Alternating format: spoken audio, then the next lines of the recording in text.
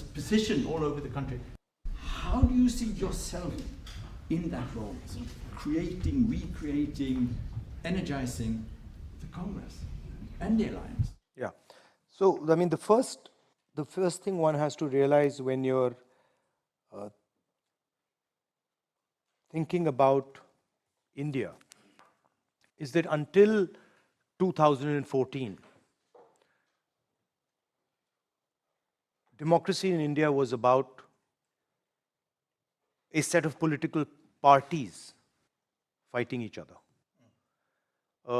Neutral institutions, free and fair elections,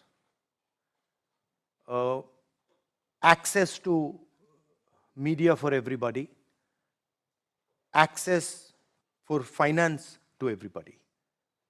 In 2014, this changed completely. So, in India today, we no longer fight a political party. So the entire game has changed. Institutions are captured by the RSS. The agencies, CBI, ED, Income Tax Department have been weaponized. They attack those who resist the ideology of the BJP. So we are no longer fighting your regular political contest. We are actually now fighting the architecture of the Indian state. Which means that the techniques we used earlier, interviews, conversations like this, they're not available to us anymore. It might surprise some of you. You might have noticed that you've seen me talking to students in the United States, you've seen me talking to students in France, you are seeing me here talking to you. I can't do this in India. I'm physically not allowed to enter Indian universities, as are most of our opposition leaders. If we try to go into a university in India, we find that the Vice Chancellor belongs to the RSS, and he makes it very clear to us that discussion is not acceptable inside Indian universities. So that is the real paradigm shift. You know, you said India's the largest democracy. It's true. But for me, a democracy where you're not allowed to express your voice, where you're not allowed to say what you feel, where large numbers of people are not given that opportunity, is a weakening democracy.